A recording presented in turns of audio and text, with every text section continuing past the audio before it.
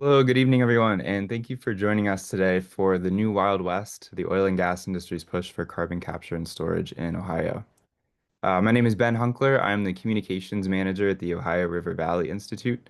We are a nonpartisan research organization working to chart a course toward clean energy, shared prosperity, and more equitable civic structures in Ohio and across the Ohio River Valley region. You can learn more about our work on our website at www.ohiorivervalleyinstitute.org.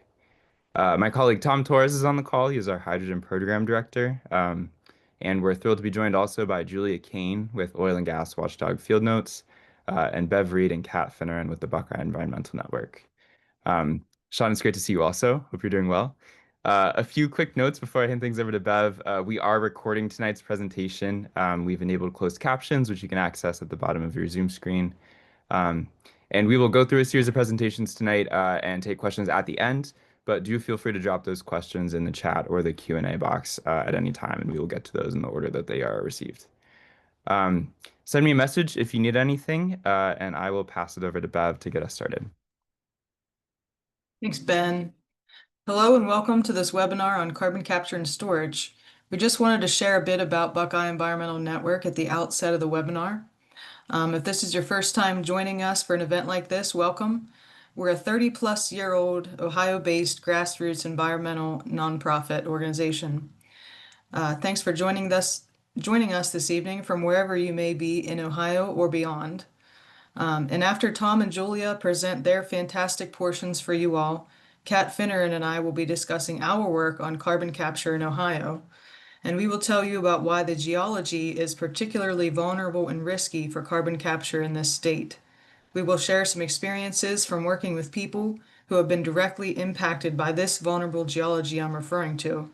And we will give you real examples of successes we've had working on various other types of injection wells, and we'll share some ways you can get involved in making a difference. Please stick around for the whole webinar and write your questions down for us. And Tom, I'll go ahead and turn it over to you. Awesome. Thank you, Bev and everyone. Good evening. My name is Tom Torres. I'm the Hydrogen Program Director at the Ohio River Valley Institute. I spend most of my time tracking developments related to hydrogen and CCS throughout Appalachia, and with an emphasis on the Appalachian parts of Ohio, Pennsylvania, and West Virginia. Today, I'm going to be spending some time talking to you about Ohio's House Bill 170. Before I do that, I just want to provide a little bit of background on CCS, which stands for Carbon Capture and Storage. So CCS involves the point source capture of CO2. In our context, this is typically from large industrial emitters. You might also see direct air capture projects where the CO2 is captured from the ambient air. But again, in our context, we're typically talking about industrial emitters, and that CO2 is then injected into underground storage projects through injection wells. The hope is that once injected into those storage structures, the CO2 will remain trapped for hundreds, possibly thousands of years. And because of that, CCS has been suggested as a potential climate mitigation tool. However, I think it's important to note right at the top, and something to keep in mind throughout this presentation, that the technology underpinning CCS has to date been primarily associated with the fossil fuel industry. And this also includes the injection of CO2 into aging oil wells, primarily like in the Midwest, the Gulf, et cetera, in order to stimulate production in a process called enhanced oil recovery, or EOR. As we'll see on this next slide, the CCS proposed in our region is primarily associated with fossil fuel power plants and the production of hydrogen from natural gas. I think something I always like to talk about is, like, why are we talking about this at all, right? Why Appalachia? And again, that fossil fuel connection is a big part of this, right? Along with the region's geology, right? The assessments that the subsurface geology in our region is, could be potentially used for storing and trapping CO2 for long periods of time. But I think it's also important to note that, these companies are also looking at our political and regulatory environment, which I think is very favorable towards this kind of industry. And it's one of the reasons that our region has been targeted for CO2 storage. One example of this, a pretty prominent one that I think a lot of you have heard about, is ARCH2, the Appalachian Hydrogen Hub. So ARCH2 is a proposed network of hydrogen producers and consumers that would, again, span Ohio, Pennsylvania, and West Virginia. If built, the hub would require substantial CCS infrastructure, including storage facilities. There's almost no information available about that component of the project, but it's important, again, to kind of keep in mind when you're hearing this, this push for hydrogen from natural gas. In our context, it's, there's usually a CO2 storage project kind of off in the wings. And I also kind of want to note too, and this will be a little bit of a theme throughout, but the hub has encountered significant challenges and its future remains doubtful. Since first being announced in 2022, the hub has lost several key development partners. 5 of the original 15 projects that were announced in 2022 have been removed from the slate, and one of the 3 primary anchor facilities suspended development of their blue hydrogen project earlier this year. And then more recently, you may have seen in the news that the hydrogen hub itself is at risk of losing both its federal funding and its federal designation. The other project I kind of want to note at the top is Tenaska's Tri-State CCS Hub. Unlike the hydrogen hub, this project intends to provide CO2 storage capacity for other emitters rather than presumably kind of doing both at the same time. Based on the documents that we've been able to review, it seems the company Tenaska is primarily targeting power plants in our region, but it's also looking at other industrial emitters in Ohio, PA, and West Virginia. A few other things to be aware of. The CCS hub intends to inject a minimum of 50 million metric tons of CO2 each year for 30 years. And the storage facility consists of, I think, 22 injection wells, again, in those 3 states. And the storage facility would span 80,000 acres of pore space. That pore space, reflects an area that's larger than any state forest in the region and 4 times larger than any state park. So yeah, these are, again, when you're thinking about these projects or, this bill, HB 170, to be thinking about these projects as well. All right, so one of the things you'll often hear from backers of these projects, and you'll also hear kind of, talked about in the context of this bill, is that we have a lot of experience with CO2 storage, and this just couldn't be farther from the truth. There has been a lot of CO2 injection to support enhanced oil recovery. Again, that's the use of injecting CO2 into aging oil wells to stimulate additional production. Those are class 2 wells, and those are very different from class 6 wells, which are the wells used for these deep geologic storage projects. This is something that the EPA, was very front of mind for EPA when they created the class 6 well program. They stated that these storage projects need their own standalone well class because of the unique characteristics of CO2, the higher pressures involved, the larger volumes of injected material, and of course, the potential for seismicity. Something else, I guess, to kind of keep in mind in terms of the, again, the record and experience with these kinds of projects. The program was established in 2010, and since then, about 24 Class 6 permits have been issued. However, only 4 geologic storage projects are currently injecting CO2.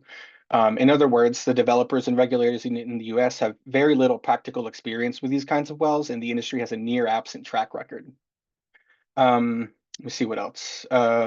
So because of the design of those facilities, and again, some of the stuff I mentioned earlier, including the unique characteristics of CO2, there are various risks to be aware of in the context of these storage projects, including potential impacts to drinking water. A lot of the federal regulations around, these storage projects are primarily focused on drinking water, which is important, but it also doesn't really do a lot to address issues outside of that area.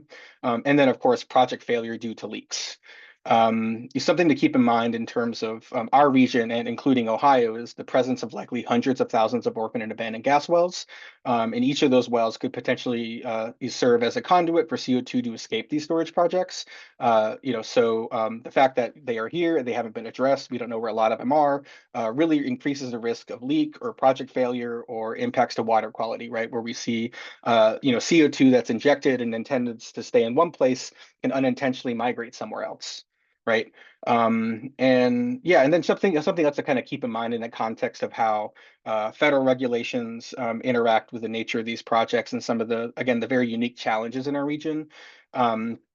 Is that the developers of these storage projects are required to identify issues like this, right? They're called artificial penetrations, but they only need to plug, at least in this context, and for like when they're thinking about artificial penetrations that are these orphan and abandoned gas wells, they only need to plug the wells that they themselves deem to be a risk to underground sources of drinking water, right?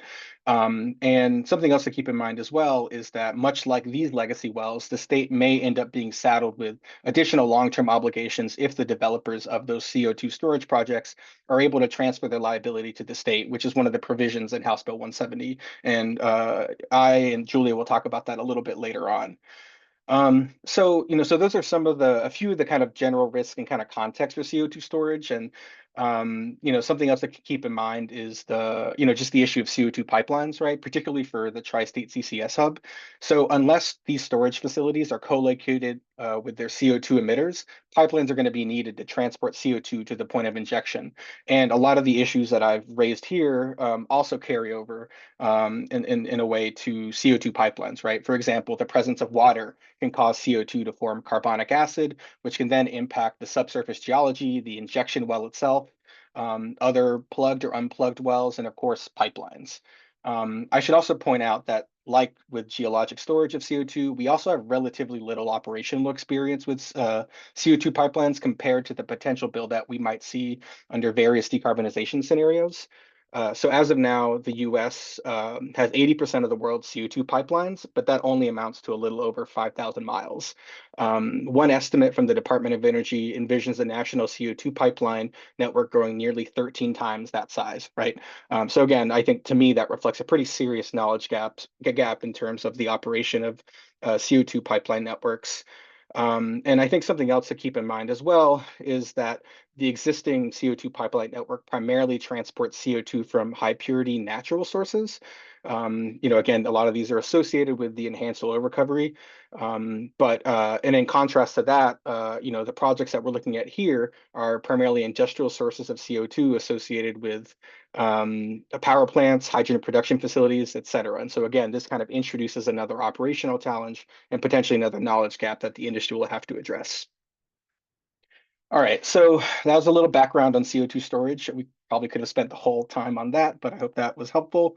I want to also talk about some of the major elements of the bill, which is currently moving through the Ohio legislature. So this is House Bill 170. I think the first thing to note right at the top is that House Bill 170 is often described as a CCS bill, but it's actually only focused on CO2 storage. The bill does not address other aspects of carbon management, such as the capture of CO2, the siting of CO2 pipelines. It doesn't address the existing issues with the federal regulations, environmental justice, et cetera, right? And so I wanted to mention this at the top because there are a lot of questions and issues that come up in the context of these discussions, and those issues have just been totally left out of the conversation surrounding this bill. The other thing I want to note is that there are, when you're thinking about House Bill 170, there are broadly two sets of provisions, right? And so you have first these like basic regulatory questions that the bill is trying to address, but then there's a second set of industry carve-outs, and there's a little bit of conflation between the two, and so I kind of want to spend some time unpacking that a little bit. And by that I mean is that you'll often hear supporters of this bill and similar bills like it that this legislation is intended to clarify the regulatory environment and establish regulations to enable these kinds of projects. And this is partly true. The bill does include provisions that do address these kind of very fundamental questions that are not addressed by federal regulations. Things like who owns the CO2 that's injected? Can you sell or lease the geologic areas used for CO2 storage, also known as pore space? How do rights to pore space interact with surface rights and mineral rights like oil and gas interests? And of course, there needs to be some designing of the state's permitting program. And so House Bill 170 does accomplish that. It asserts that pore space is tied to surface rights. Unless otherwise severed, pore space can be leased and sold. The mineral rights are dominant over pore space rights. And this is more or less what you'll see from, with a few differences here or there when you look at similar CO2 storage regimes in other states. And so again, that is kind of like the first class of issues here, right? Like just the very basic enabling regulations, right, that provide that fundamental clarity for developers to decide whether they want to bring their projects to Ohio. But House Bill 170 goes well beyond addressing those basic questions and instead includes provisions that serve these private developers at the expense of the public and landowners. So the first of the three that I want to address is unitization. So House Bill 170, and this is a little complicated, but we have a diagram, so hopefully that will be useful. But House Bill 170 allows developers of CO2 storage projects to inject CO2 under homes and property without necessarily having the permission of the landowner. This concept is sometimes referred to as collective storage, or more accurately, forced or compulsory unitization. The bill euphemistically refers to it as statutory consolidation, right? Which sounds just very innocuous until you find out what it actually represents. And I guess I'll have to say that like this sort of thing is not that uncommon, and it also follows similar policies for oil and gas development, but it makes it no less egregious, right? Like I think this is something that should be of concern to anyone in Ohio, especially landowners. And I think I guess I also want to note too that when this bill was being introduced in committee, one of the co-sponsors of House Bill 170 said that the goal of the bill was to quote, give the state of Ohio and Ohioans more control over carbon sequestration projects. In fact, what this bill actually does is give carbon sequestration projects control over Ohioans. The other thing I think I want to note here is that just a little bit more about how that kind of functions in practice. And so the way that the bill is designed is that developers don't even have to secure permission from a majority of the landowners affected by a storage project. Instead, developers they only have to secure permission from landowners representing 70% of the target storage area. And that threshold does not necessarily reflect a numerical majority, as you can see in this example, right? And so in this graphic here, this is a hypothetical 1,000-acre storage project. Each square, which I hope you can see there, it's a bit small on my screen, but each square in this graphic represents 1 acre. As you can see, those 1,000 acres are owned by 12 different owners, but 2 of the owners are much larger than the rest. If the developer obtains permission from those 2 larger landowners, the remaining 10 are unable to opt out of the project and will be forced to store CO2 under their homes or properties. And so that's baseline what this bill would allow. Something else to keep in mind is that fundamental risk associated with this bill only increases if the state is allowed to include large tracts of public land in these storage projects, which is something that West Virginia allows in its state law. So pretty concerning stuff. And again, there's just like when people talk about this, they kind of like sidestep it a little bit, or you'll see some confusion again, and it's they'll point to that 70% threshold, but again, that 70% is not 70% of landowners. It's landowners representing 70% of the storage project, which could be one person, right? Could be one company, could be, yeah. So the second of the 3 provisions that I want to highlight here is liability transfer. So this is a provision that allows developers to offload liability for their own storage projects onto the state and the public. In other words, storage developers are able to profit from the operation of their facilities for however long they're injecting CO2, and then have the public assume the project's long-term regulatory and financial obligations. And so shielding developers from liability, really severing them from their responsibility in this way, I think incentivizes them to cut corners. If they're not responsible for the long-term consequences of their decisions, what kind of behavior is this inviting from the companies that are building and operating these facilities? I think it's important to note that these are unfortunately not that uncommon for states that have CCS regulations, but again, I think they're still pretty serious. That being said, the next 2 elements I want to talk about here, I think are pretty unusual in the context of some of these state CO2 storage regimes, both for the region and nationally.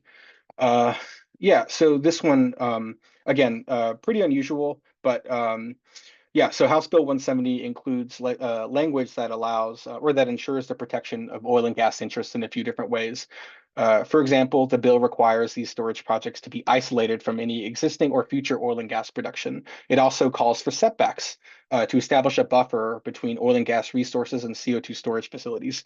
What this bill doesn't do is provide that same protection to sensitive areas such as churches, schools, environmental justice areas, parks, and so on. Worse, the bill actually prevents local communities from taking those steps themselves, and which brings us to this, I think, the last provision that I want to talk about, the state preemption. And so House Bill 170 includes language that asserts that the state has, quote, sole and exclusive authority over these storage projects. Again, essentially preempting any local measures to protect these sensitive areas or communities from any of the risks that I've been talking about here. I'm not aware of any other state that has, something like this, right, that preempts local action in this way for CO2 storage projects. But I do want to point out that in 2024, legislators in Pennsylvania passed a bill that includes the consideration of aggregate and community impacts when permitting these CO2 storage projects. That bill was far from perfect, but the bill also authorized regulators to consider additional or to call for additional impact assessments for these projects in environmental justice areas. And so I wanted to mention that because I think these two bills side by side serve as examples of the steps that legislators can take to either reduce the risk or increase the risk of these projects. All right, so we're kind of winding down here. I just want to say a little bit about kind of the current landscape for the policy and this industry in Ohio. So first, I want to talk a little bit about the regulatory process. Broadly, this involves three steps.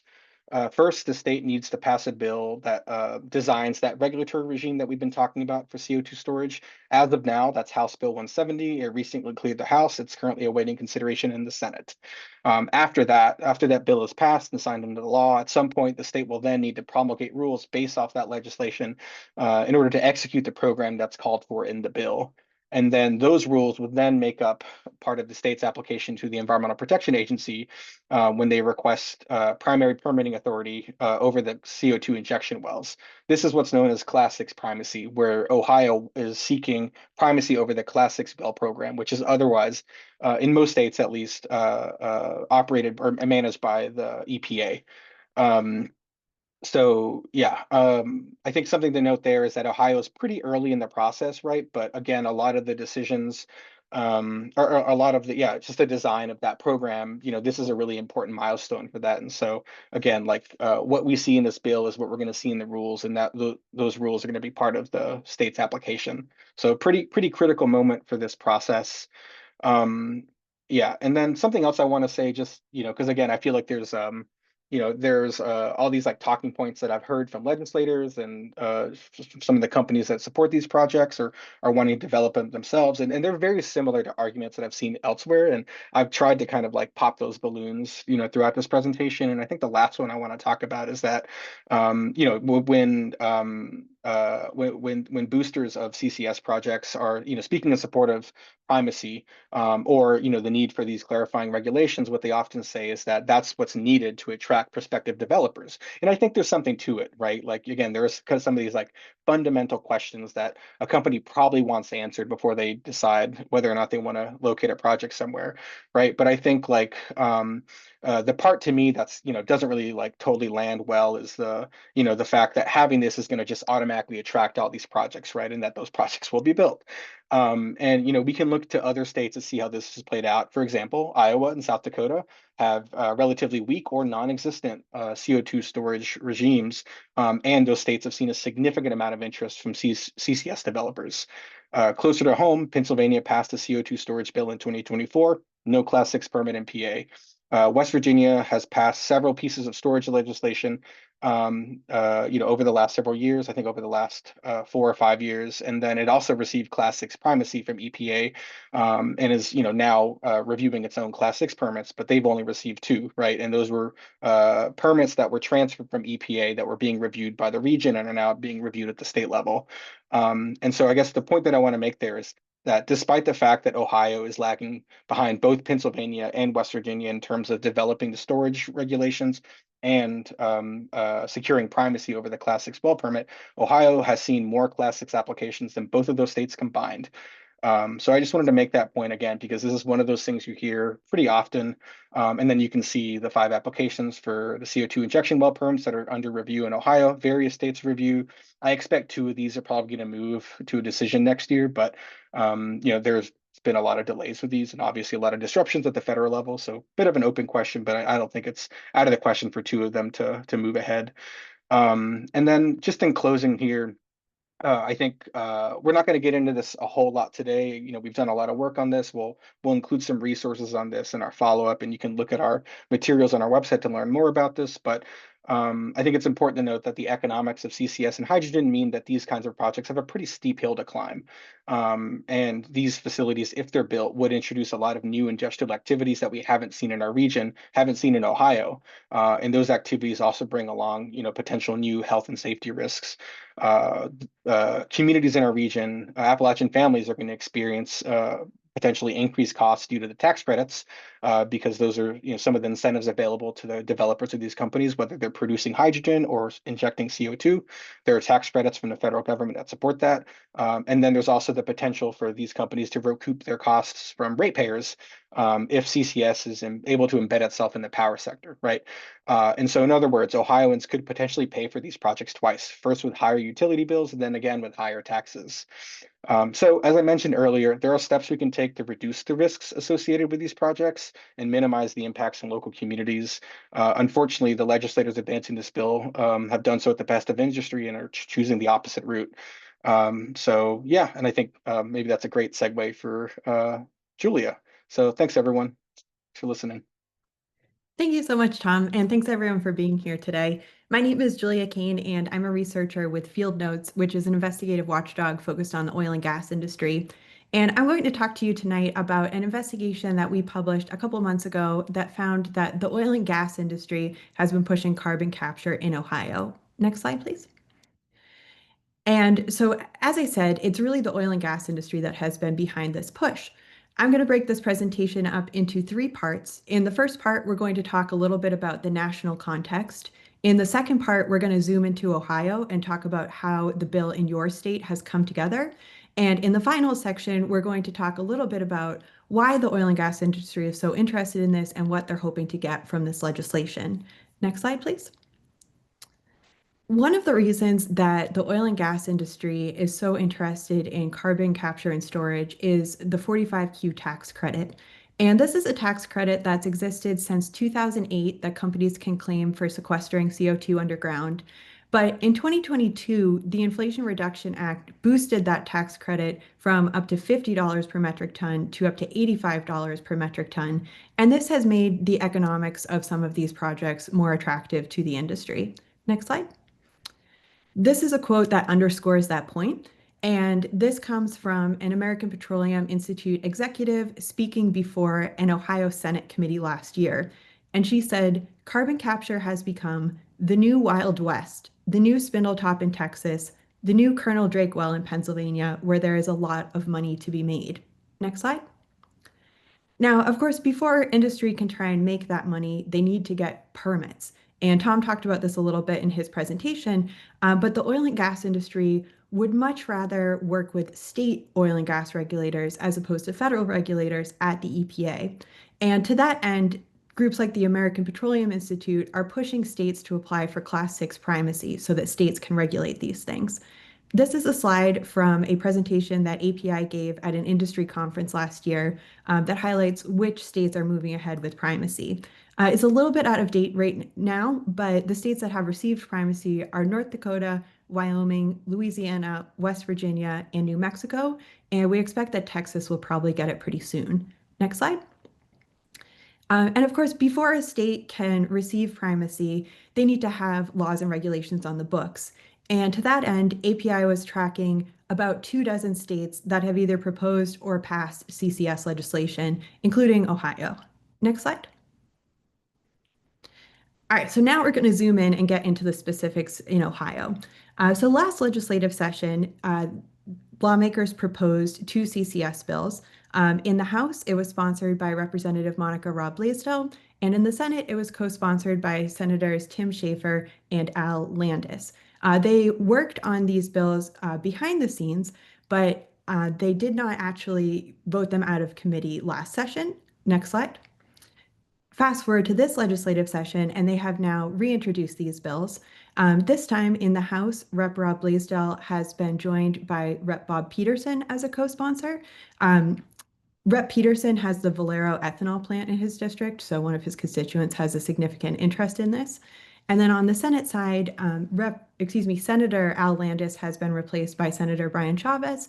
I think that name will be familiar to a lot of folks on the call. Senator Chavez comes from the oil and gas industry. Before he was elected to the Senate, he ran a company called Deep Rock Disposal Solutions that deals with fracking waste. Next slide. What our investigation found, though, is that even though these lawmakers are the public face of the bill, the real organizations that have been leading this charge are the American Petroleum Institute, or API, which is the largest oil and gas trade association in the country, and the Ohio Oil and Gas Association. Next slide.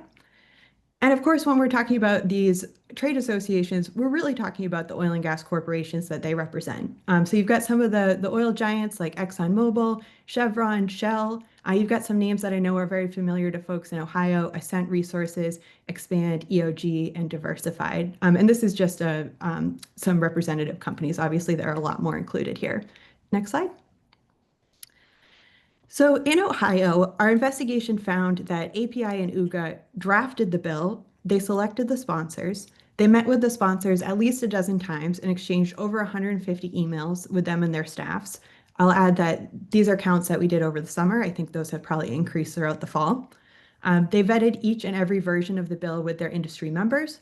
They provided expert witnesses for hearings. They supplied lawmakers with talking points championing CCS. They enjoyed extraordinary access to lawmakers, including once over a meal at a white tablecloth restaurant, and they offered to coordinate positive media coverage of these bills. Next slide.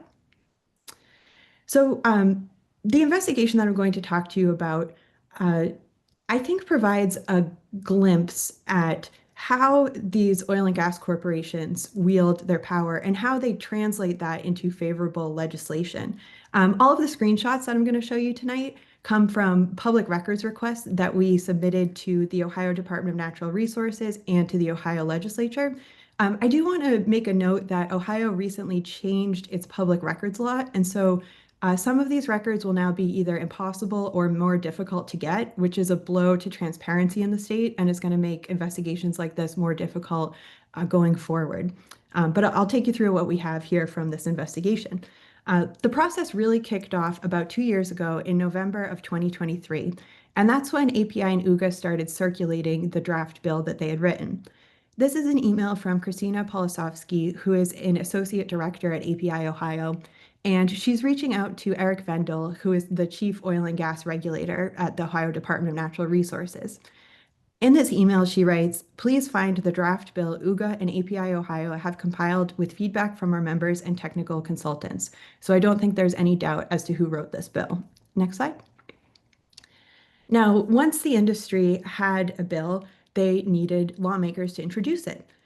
So Christina Polisovsky, the API Ohio executive, approached the Ohio Republican chief of staff and the House Majority Policy Director to ask who they recommended to sponsor this bill.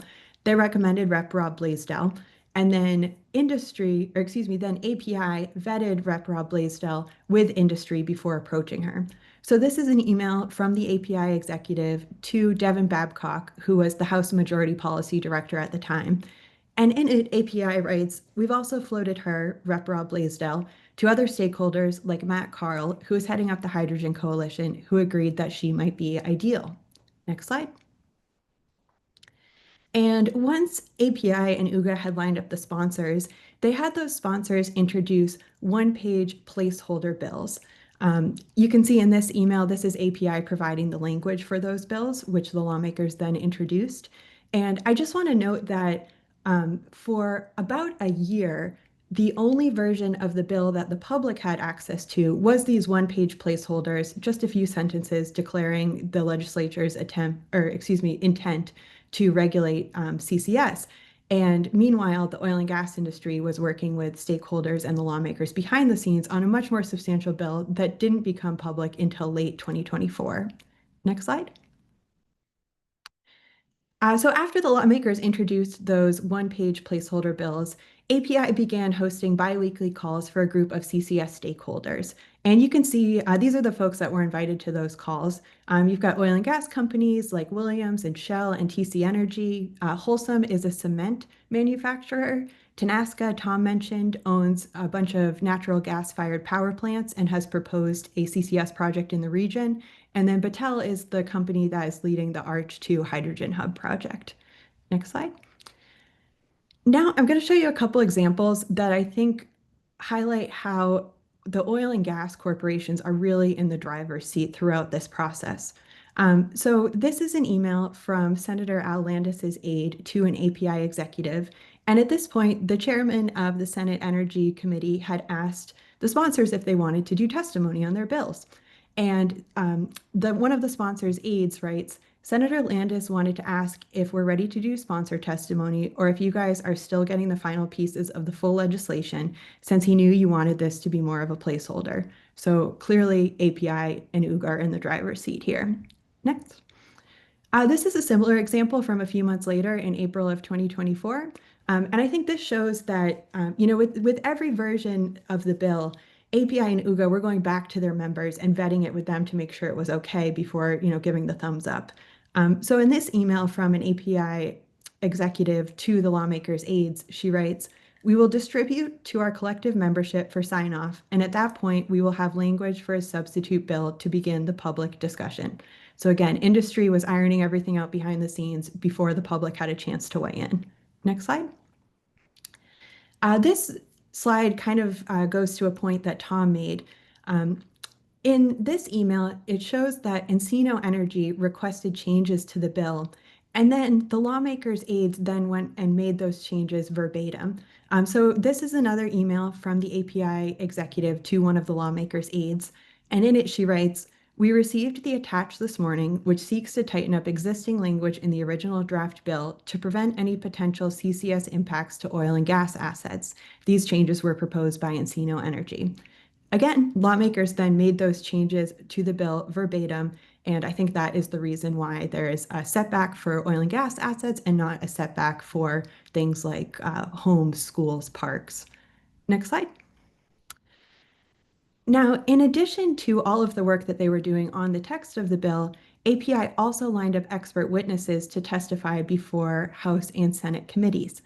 This is an email from an API executive just showing that coordination. She writes, "Please find bios for the experts planning to present before the Senate Energy and Public Utilities Committee next week." Next slide. And API also provided the handouts that were used to educate lawmakers during those hearings. So this is a handout that API created and sent to Rob Blaisdell's office. I know it's probably too small for you to actually read, but the thing I wanted to highlight about this is that there's no information about safety concerns, any feasibility concerns, or anything negative about CCS. Next slide. I also want to share just what I think is a really interesting tidbit that we found during this research, and that's that at some point API decided to remove the words safe and permanent from these handouts. So in June of 2024, they provided the handout to lawmakers that I just showed you. In April of 2025, they provided an almost identical handout, except the words safe and permanent had been removed. And next slide, please. And they also originally had a line about how landowners would have no liability, and in the later handout, that line has been removed. I think that, the question that I have from this is, does API believe that CCS is safe and permanent? And if they do, why did they remove it from the handouts that they use to educate lawmakers?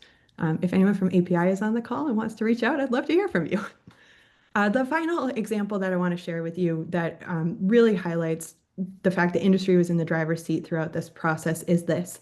A reporter named Kathy Kolowski from Canary Media has done 2 stories on this CCS bill, and she requested an interview with Rep. Rob Blaisdell, who declined. And so Kolowski sent questions in writing to Rob Blaisdell's office. She posed about a dozen questions. I've screenshotted a few of them here so you can get a sense of them. Rob Blaisdell had previously said that, CCS would bring revenue and jobs to the region. And so here the reporter is asking, can you estimate what those added revenues would be? Can you estimate how many jobs they would provide?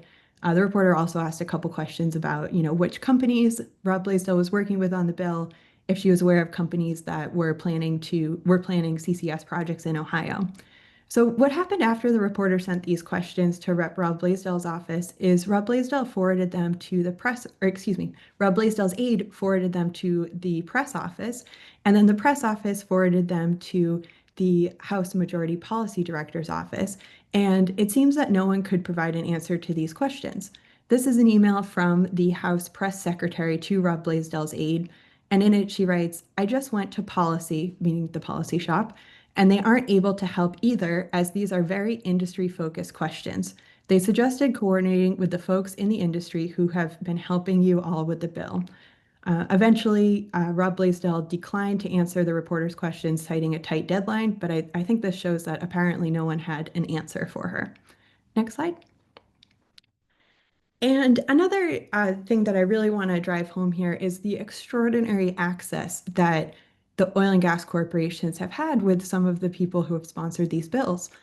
So this is an email from API's executive director, and he's inviting Senator Brian Chavez to a dinner with some other API executives and some API member company representatives. And this dinner ended up happening about a week later in January of 2025, and it was at Lindy's, which is an upscale restaurant in Columbus, Ohio. Next slide. And a similar example here, Tanaska invited Rep. Rob Blaisdell and Senator Chavez to a dinner at Cooper's Hawk Winery. I'm not sure based on the records whether Rep. Rob Blaisdell attended, but we do know that Senator Chavez attended. And we know that because after the dinner, Tanaska's lobbyist sent an email reading, "Thank you so much for setting up the dinner. It went really well, and he mentioned he had blue lined the CCS legislation. I asked if we could see it so we could address his concerns." And so, I think this proves that they were discussing the CCS legislation at this dinner. Next slide. And I'd like to contrast the extraordinary access that oil and gas corporations have had with the limited access that groups representing concerned citizens have had. And throughout the process, Rep. Rob Blaisdell has held a few interested party meetings. The most recent one that I'm aware of happened in June of 2025, and records show that a whole bunch of industry stakeholders were invited, but folks with the Buckeye Environmental Network were not invited to this interested party meeting. And this is despite the fact that they had reached out repeatedly to her office with concerns about the bill. So if you're an oil and gas corporation, you get one-on-one time at a fancy restaurant. If you're a group of concerned citizens, you're lucky if you get a 30-minute Zoom meeting. Next. So I've thrown a lot of examples out there. The main point that I want to get across it has really been the American Petroleum Institute and the Ohio Oil and Gas Association who are driving this process and who have shaped this bill, and they've done it on behalf of the oil and gas corporations that they represent. Next slide. Now, for the final part of this presentation, I'll talk a little bit about why industry cares and what they're hoping to get out of this legislation. So one, Tom talked about Class 6 primacy. These oil and gas corporations would rather work with the states as opposed to EPA, and so they're trying to push this bill forward so Ohio can apply for Class 6 primacy. Number two, unitization. They would, of course, like to keep the percentage of consenting landowners, or they would like to keep the percentage relatively low. Number three, fees and bonds. They would like to keep the fees and bonds that they have to pay relatively low. And then number four, I'd like to spend a little bit more time on this liability transfer. So the Ohio bill allows CCS developers to transfer liability to the state, to taxpayers, either 50 years after injection has stopped or after certain criteria have been met. And CCS developers will say that this provision is necessary because if they don't have it, they can't get financing. And essentially what they're saying with that is we as taxpayers must assume this liability because the private sector has deemed it too risky. So I think we should all think about whether we want to assume this liability or not. The other thing that I want to point out is that these liability transfer provisions are explicitly modeled off of the frameworks that states use to regulate orphaned and abandoned wells. And this is a quote from API that really underscores that. So this is from the API's Gulf Coast Regional Director. He was speaking before an industry conference in March of last year. And he said, "What about liability and long-term trust fund establishment? We're going to operate this for 25 years. I don't want it to be on my books indefinitely as a liability. How do we transfer that liability over to the state, much in the way that somewhat happens through a plug and abandonment program?" And I think a lot of folks on this call are probably familiar with how the orphan and abandoned well framework has worked out for Ohio, and it has not worked out. Across the country, and particularly in Ohio, there are tens of thousands, by some estimates, hundreds of thousands of orphaned wells. And this regulatory scheme has allowed the oil and gas industry to profit from these wells and then to dump billions of dollars of cleanup costs onto taxpayers. And so I find it very concerning that the provisions within these CCS bills are modeled off of the same framework. Next slide. That concludes my presentation. I do want to say that if you'd like to learn more about this, Kathy Kowalewski wrote an excellent article for Canary Media. We shared all of these documents with her and she references them in her reporting. Next slide. And if you'd really like to dive in, we posted a detailed timeline on our website, which you can see there, fieldnotes.co. It has links to all of the documents, so you're welcome to see kind of where this research came from and how we did it.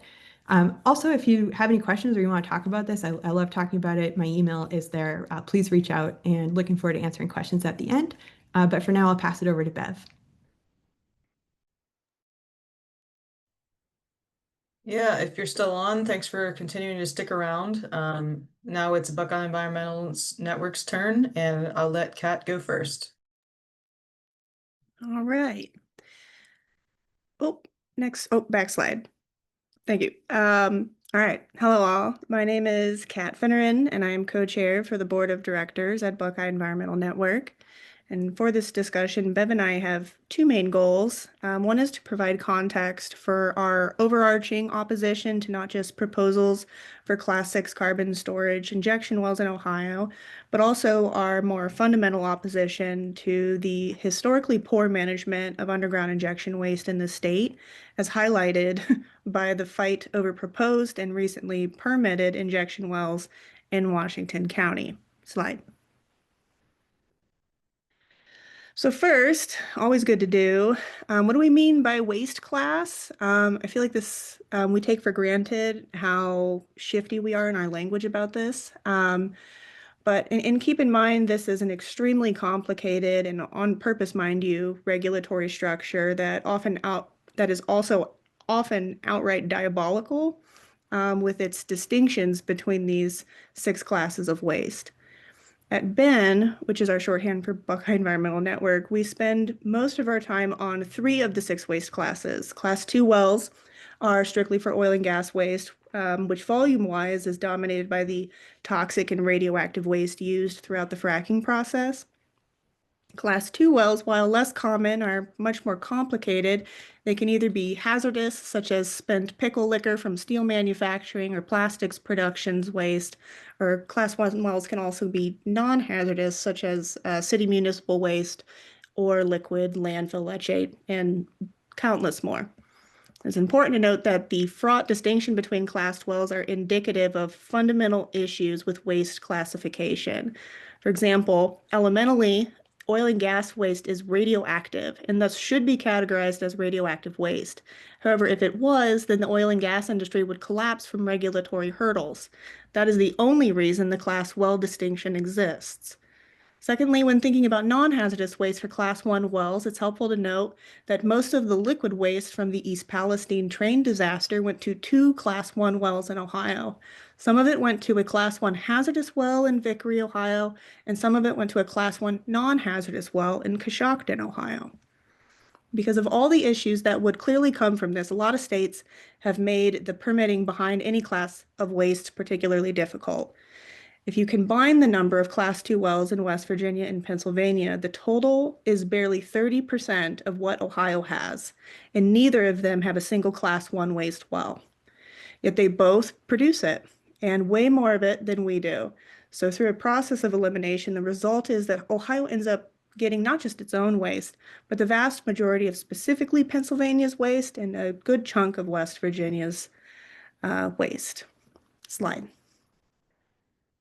It is also important to keep in mind where different classes of waste tend to be sited. The present day trend is that Class 1 wells tend to be sited on the western and northern part of the state, the highest volumes going into Allen County in Lima, Ohio, while Class 2 wells tend to be sited along the eastern side with the highest volumes of waste going into Tuscarawas, Guernsey, and of course Washington counties.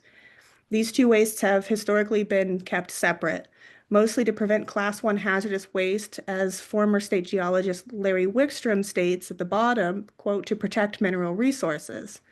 However, the regulatory mechanisms holding up this separation have been undermined over the past decade, which is demonstrated by the presence of newer Class 1 wells in Coshocton and now the proposed Class 1 well in Washington County by Deep Rock Disposal Solutions. Considering the fact that oil fields in Southeast Ohio are currently filling up with Class 2 waste. I am sure we can all understand why this would have been something to be concerned about for Class 1 wells. And for Class 6 wells, generally we have seen either explorative research or outright proposals across the vast majority of most of the state. Some of them are cited on the western side and some on the eastern side. Slide. So if you walk away from this webinar with anything, personally, I hope for it to be a deep understanding that Ohio is more than anything else a waste state. Because while, yes, the extraction industry looms large here, at the end of the day, what actually makes Ohio unique in conversations about energy justice is not just about what is taken out of this state, but what is put back into it. Combating specifically underground injection waste has been the backbone of our work for almost 27 years. Ben started working on injection waste in 1998 with families in Clyde, Ohio over Class 1 hazardous wastewater contamination at the Vickery well site near Sandusky, Ohio. Eventually, over 35 children would be diagnosed with cancer within a 15-year period.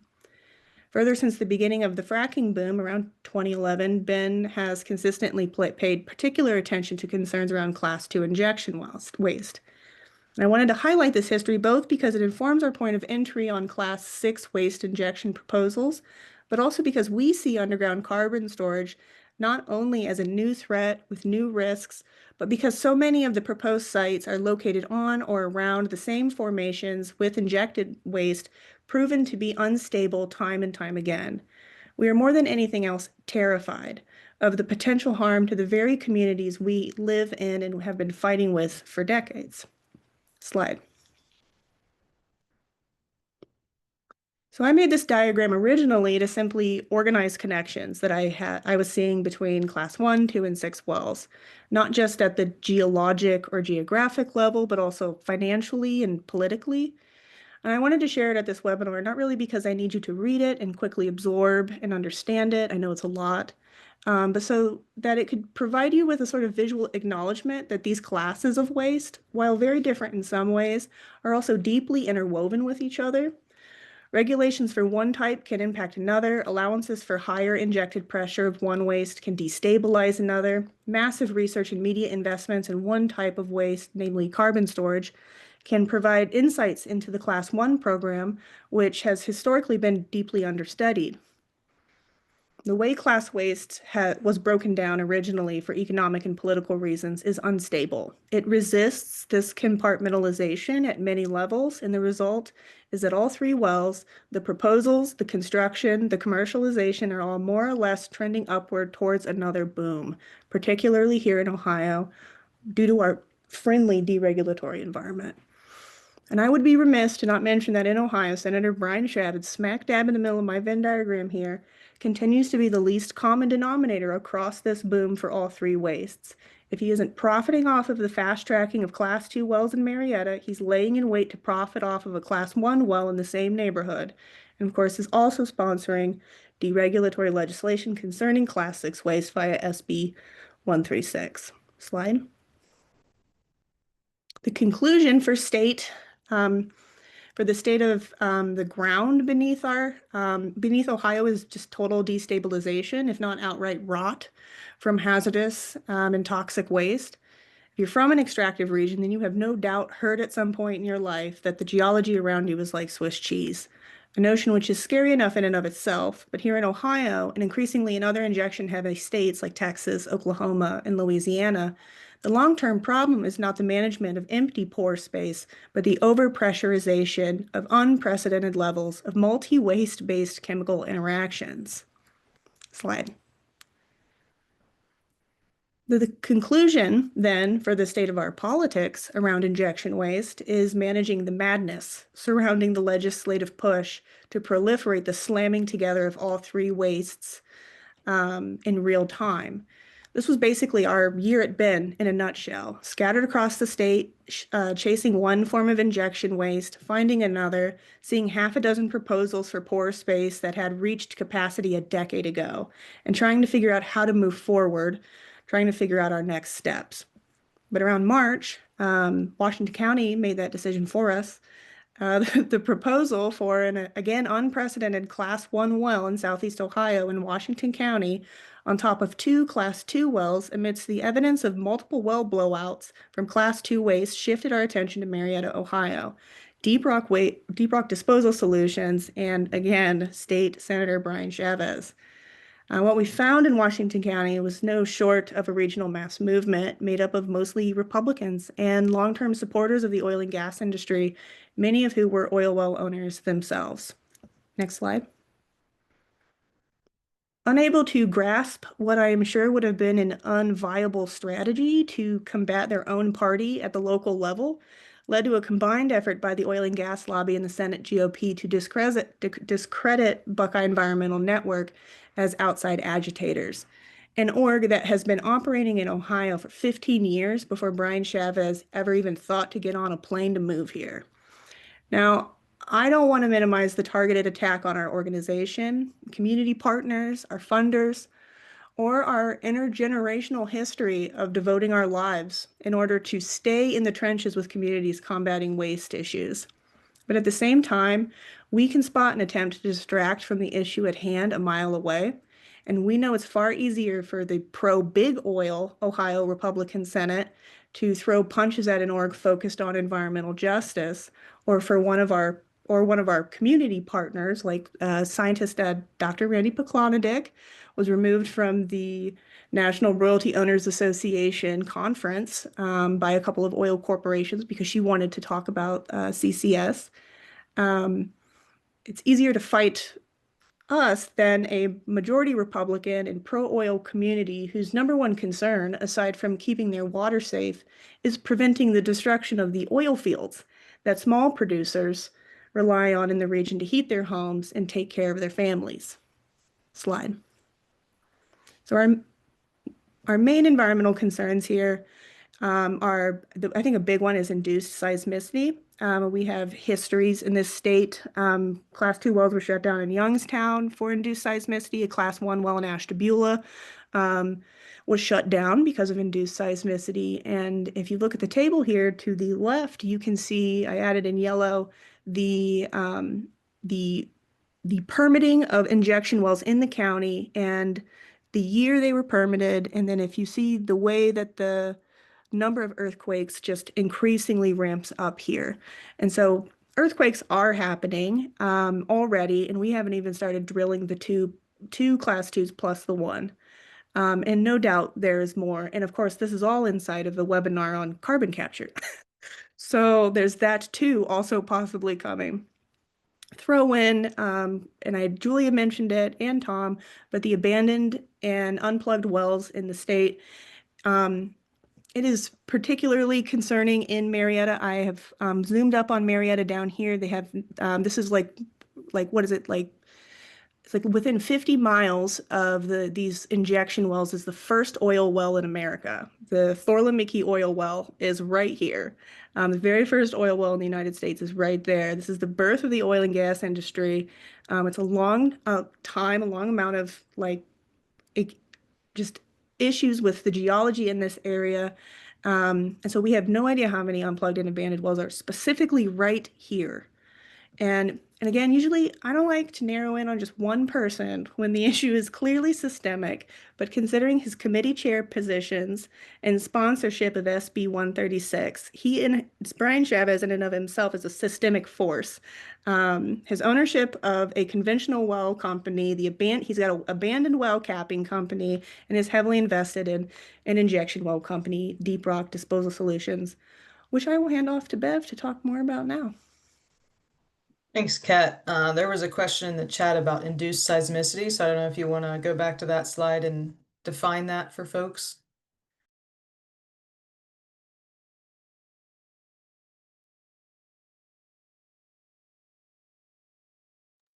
Yeah, I actually wrote it in my notes to define that. Induced seismicity is, so some areas are naturally more, they have more earthquakes, right?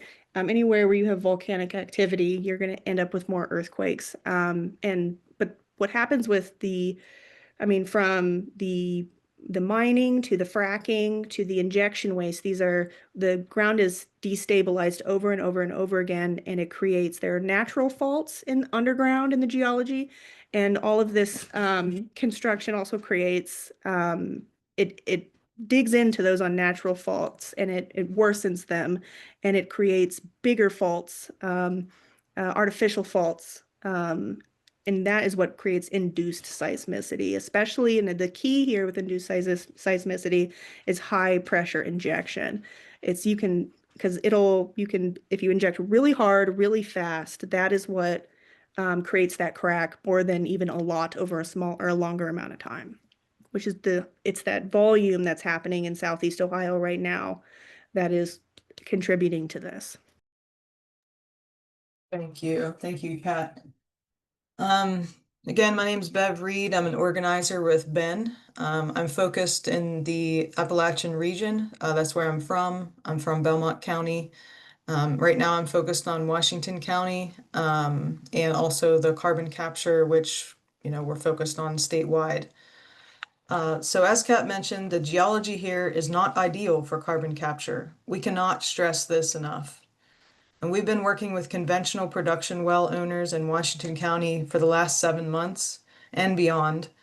Many of them own wells surrounding the Class 2 injection wells there. There is a major trend happening there that isn't getting enough attention. The brine has migrated from the injection wells into their wells, or leaked is another term. The ODNR has no systemic, methodical, long-term method of tracking or studying the brine migration issue happening in Southeast Ohio, or perhaps elsewhere in the state. And this is a problem because the ODNR has permitted 2 additional injection wells. I'll describe this slide really quickly here. So this map at the top is of Blasdell's district. And I just wonder if she's aware of this site here and what kind of geology we're looking at and putting this carbon capture into. Down at the bottom, there's a conventional well owner in Washington County holding some of the brine that has migrated into his production well, or that we suspect has migrated there because his well's no longer usable. He had to stop using it to connect to his house, to heat his home. And he had to spend thousands of dollars hooking up to the gas line. And then you have in the middle, that's a bucket of brine from Bob Wilson's well. Bob Wilson has dozens of production wells near an injection well down there in Washington County, and they've all it ruined his business. It's affecting his personal health because he's so stressed about all of it. And it's a real issue, and it's happening all over the county. And then you have the production well head on the right there, and a lot of oil is seeping out of that and coming up to the surface and getting on the ground.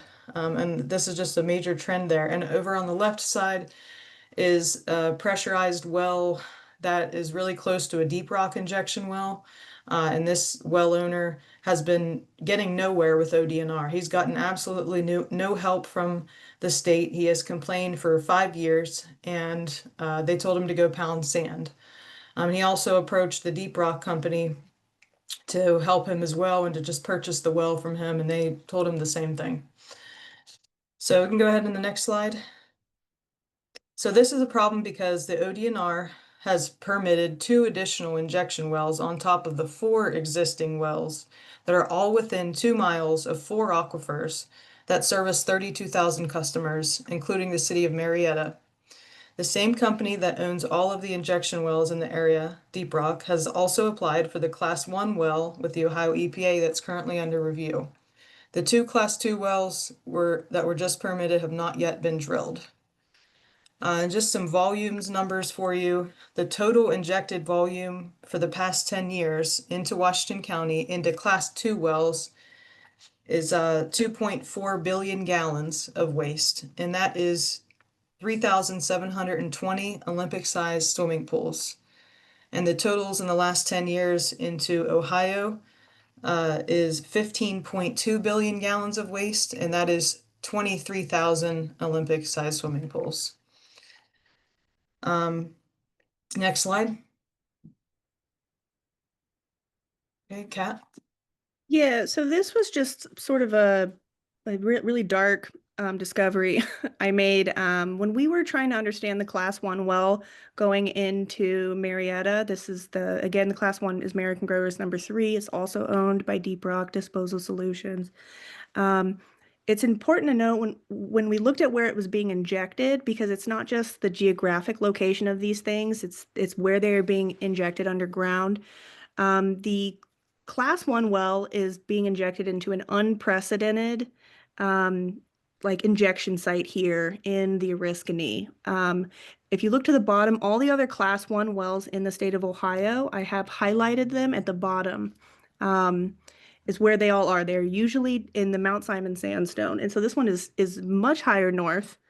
And it has a much smaller containing like bedrock right above it.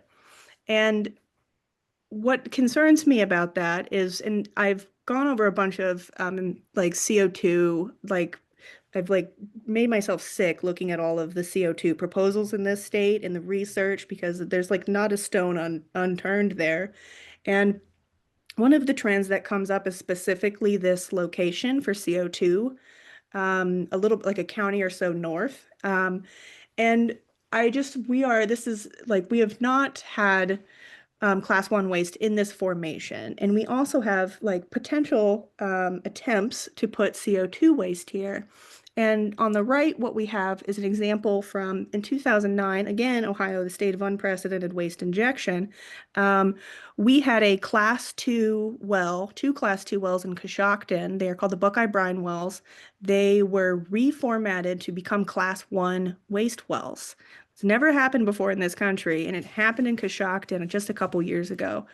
And we're supposed to keep these wastes separate. And so we have a precedent in Ohio to just basically do whatever. And what the nightmare scenario here, as per the title of the slide, is of course that all of this stuff is just cohabiting.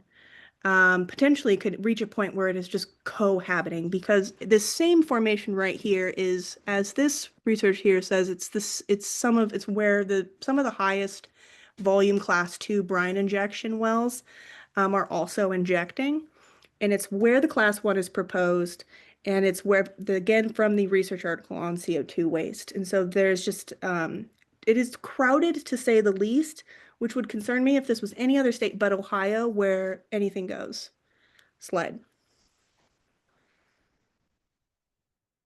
Okay, this is back to me. So the community in Washington County has absolutely come alive in objection to these wells. Meetings have drawn hundreds of people each time. The city of Marietta passed a resolution seeking a state-enacted moratorium on injection wells in the county due to the issues and concerns of the threats and the increased pressure and volume this waste presents to their aquifers. The backlash the city and parts of the community has faced from the oil and gas industry, and even from representatives, for simply advocating for clean water is unconscionable. City leaders in Marietta are actively trying to, representatives and others are actively trying to intimidate city leaders and other elected officials on water boards in the county. There's a war on science happening on the macro scale. I think we all know about that. And on a micro scale like this. The facts and science indicate that problems are already occurring due to injection wells in Southeast Ohio. The judicious thing to do will be for the state agency to slow down, take a pause, and study the issue, ensuring the water will be protected forever. Not fast-tracking permits, passing legislation that weakens regulations like Senate Bill 219 now being heard in Chavez's Energy Committee would do, and allowing increased volume and pressure to be injected. With data centers being proposed for different parts of Ohio, with carbon capture that they want to tack onto those data centers, including in Washington County, there's a proposal for a data center. Could carbon capture wells be placed in the same areas already overburdened by injection wells and orphaned and abandoned wells, as Kat just mentioned? So there's some pictures here of The victories, the positive aspects here, that's the City Council President of Marietta and the Mayor of Marietta hand delivering their resolution seeking a moratorium on waste wells. And this is historic, folks. I mean, this really is not getting enough attention in the state. It should be statewide news and really national news that Marietta did this. A conservative area, a supermajority Republican county, and they did this because they're concerned. Nobody wants to be a dumping ground. And those are the mailers up at the top there that the oil and gas industry sent around. And it says injection wells help protect our drinking water. That's literally what it says. So next slide. Okay. As we've seen in Washington County, this is not a left versus right issue. Clean, drinkable water and efforts to protect it are not political, as much as the people who stand to profit want you to think they are. The coalition standing up in the county is made up of people from all political backgrounds. And just a note about Buckeye, we've been working on injection wells for over 15 years. We're Ohioans, some of us are Appalachians, and unlike people with vested interests who are the true outsiders, we care about the health of our fellow Ohioans in this land we live on in the beautiful, incredible area we call home. And here's some success story pictures here. Just the people fighting back, hundreds of people at meetings. It's been great. Next slide. So we share this all with you to make the point that nobody wants to be a dumping ground for waste, and carbon dioxide is waste. Communities have fought back against CCS projects before in Ohio. There was a project that was stopped in Darke County over a decade ago. And we expect similar trends to happen when companies get serious about bringing these projects into neighborhoods in Ohio. The House of Representatives held hearings on the House Bill 170 CCS bill earlier this year. And it became apparent to us as we were talking to some of these representatives on the very few meetings we got that all of the reps knew very little about carbon capture. And even the people in the Natural Resources Committee, you would think they would know a little bit more, but they didn't. And they're voting on bills without knowing enough about the complex nature and the risks this would pose. Rep. Blasdell falsely stated there was no opposition to the bills when asked in committee earlier this year. Contrary to this statement, we worked with folks this past May and had a great turnout to the opposition testimony day. 10 people spoke and many more submitted testimony. We did a webinar, Buckeye did a webinar on carbon capture in April with our partner, Dr. Randy Pokladnik, and Kat also presented there. If you'd like more in-depth look at the technical aspects of CCS and the risks from a scientist, Dr. Randy, we will share that resource with you as well, and we'll put the link in the chat here in a moment. The bills would give ODNR primacy over the Class 6 wells. ODNR already has a poor track record of regulating what it currently has to, which we just explained to you. The bills would squash landowner rights, transfer the long-term liability onto taxpayers, and prioritize industry benefits over people. Also that companies can continue to emit carbon dioxide to get a tax break. That's what this is for, so they can continue as normal what they do. This is the opposite direction that we need to go in at this time. And lastly, I'd like to point out that we hold these webinars to build a coalition of people that will advocate and keep track of this stuff. We're a small group, but we're mighty, and we hope that you will get involved after attending this webinar and you share this with others. And I hope everyone here really does something, not just take in the information, but actually act on it. Thank you.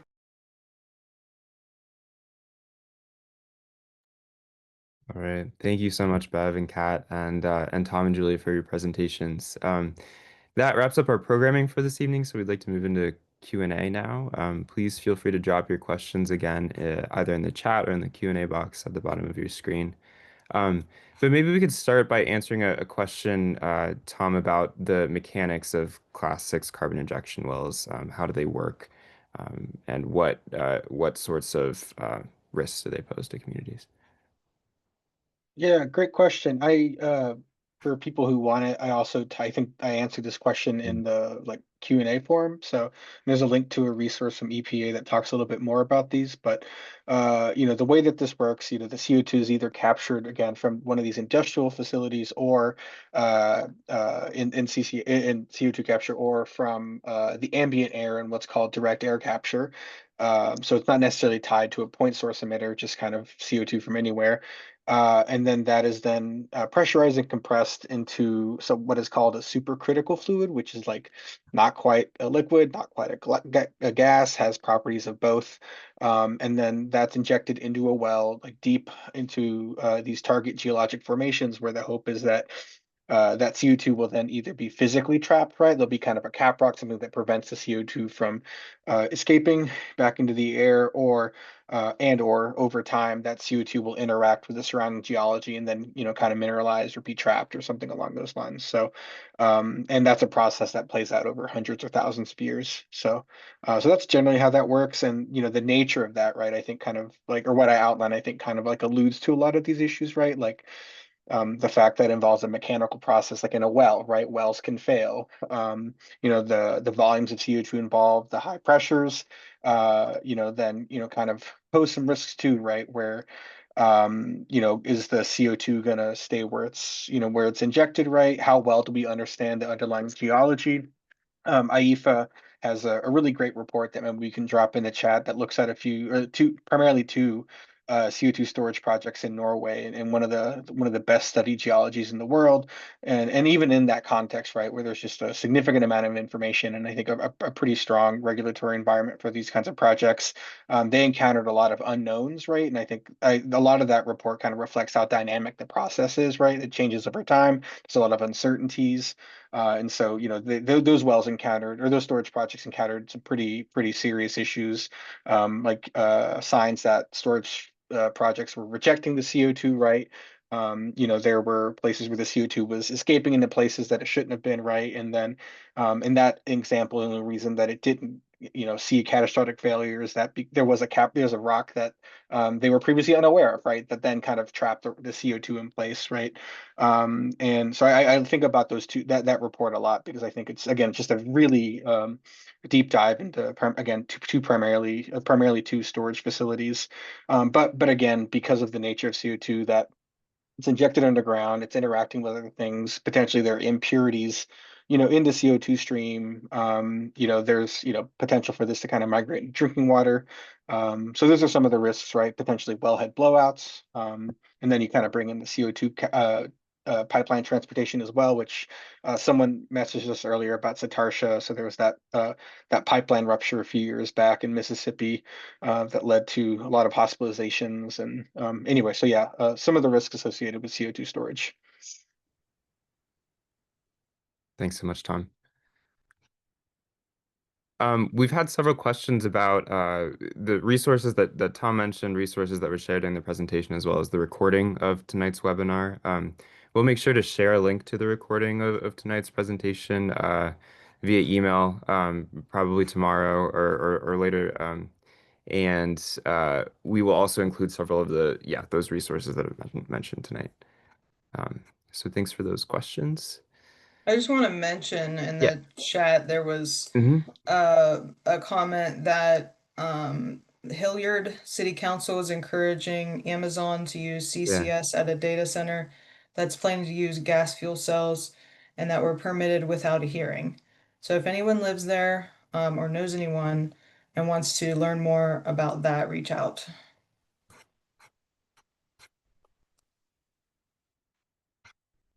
Thanks, Bev. We've also got a question about where to find current injection wells and abandoned wells in a particular county. Kat, is that something you could speak to, where to locate those? Yeah, so Frac Tracker is a pretty good resource for this. But it's sort of all over the place and it's really shifting. Frac Tracker is probably the best. Some of theirs are a little outdated, but there is, this is going to sound bizarre and I can try to link to this, but I recently stumbled upon TEDx like 2000 GIS maps that are all public. And there's a lot of really great data like data collection and like specifically on Ohio and in our injection wells. And it's really like it needs to be done like an up to date. And it's something we've talked about a lot at Ben because it's something Teresa Mills used to do. But it really needs to be better done because they shut down and they restart and they're permitting, and so it's we never really know. We always have to say approximately how many wells in a given state because yeah, it's in flux all the time. Thank you.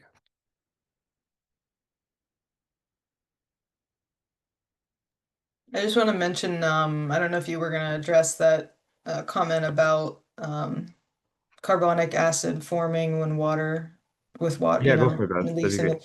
Well, I'm not a scientist, but I do know that that is a real risk here, and I don't know if anyone else wants to answer that too. But that I'll put it in the link in the chat again. But when we did our presentation in April, that YouTube video there, we kind of went into depth on that. So I'll post it again. That'd be great.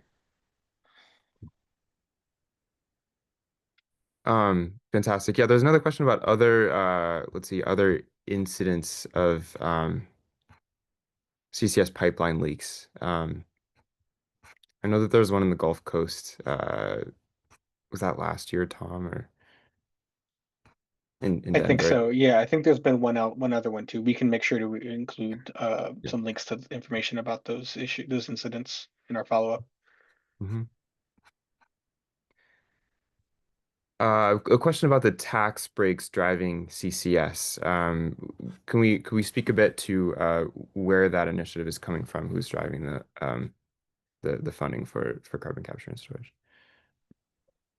Yeah, actually, there's a really wonderful analysis by I'm actually blanking on her last name right now, by a woman named Lindsay who used to work for ExxonMobil, and she has done an analysis of the lobbying that went into the Inflation Reduction Act, which boosted the 45Q tax credit from $50 to $85. And so that was an effort that it's very clearly led by the fossil fuel industry to boost that tax credit. And I will find a link to her analysis and make sure we share that. Thank you, Julia.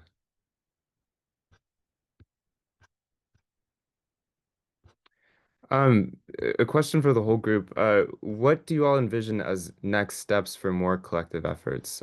What can concerned folks do um, to make a difference here tonight? I have I have a thought here. I think one of the things that is important is I think visibilizing injection wells, the class two, because we've been pretty focused in a handful of counties, but they're in dozens of counties.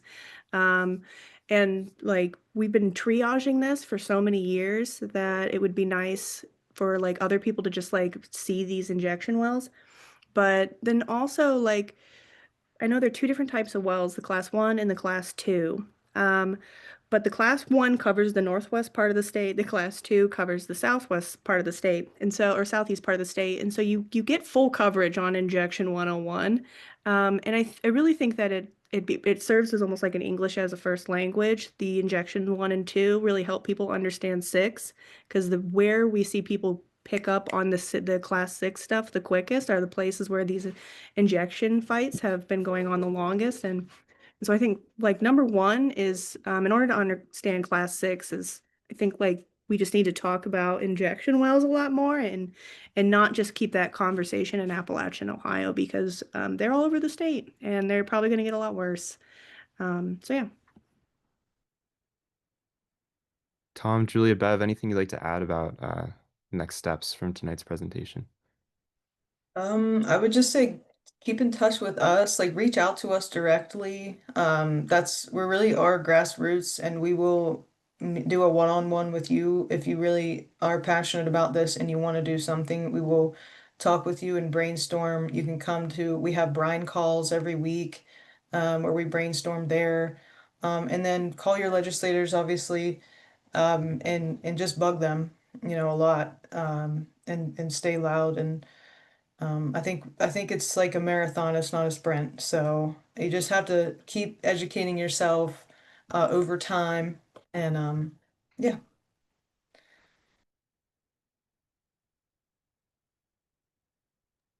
Yeah, something I can suggest is, I mentioned that there are those five Class 6 permit applications in Ohio. I also misspoke earlier. There are two projects in West Virginia that I think will move next year. I don't think the Ohio ones will move, but I still think people should be keeping an eye on them. And, those are potentially like multi-year permit reviews. I think like the federal EPA, like federal regulators, their like internal target for issuing Class 6 permit decisions is 2 years after the application has been determined to be complete, right? And that timeline has typically been longer just based on past experience.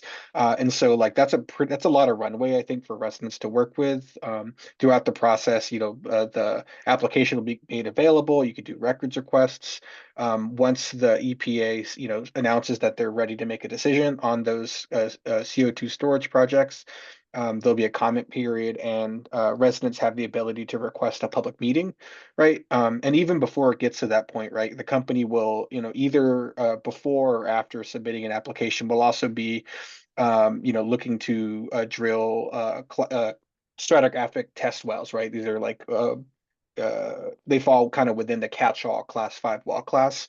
Some of this I think is already happening in like Ohio and West Virginia related to some of the proposed projects, right?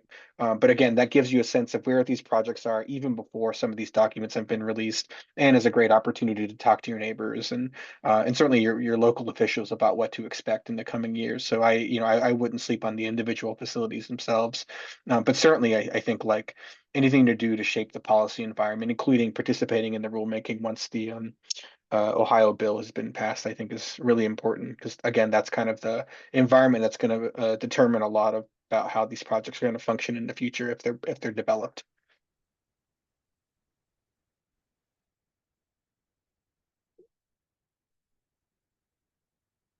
Thanks, Tom. All right, folks. Well, again, we will send around a link to this presentation very shortly. We will include resources which will cover, again, the technical aspects of all the processes we've covered tonight. I'll also drop in everyone's contact information so you can get in touch if you'd like to learn more and stay involved. Thanks so much for joining us tonight. Thanks to our presenters, and we hope you all have a great evening. Thanks all. Thanks for joining.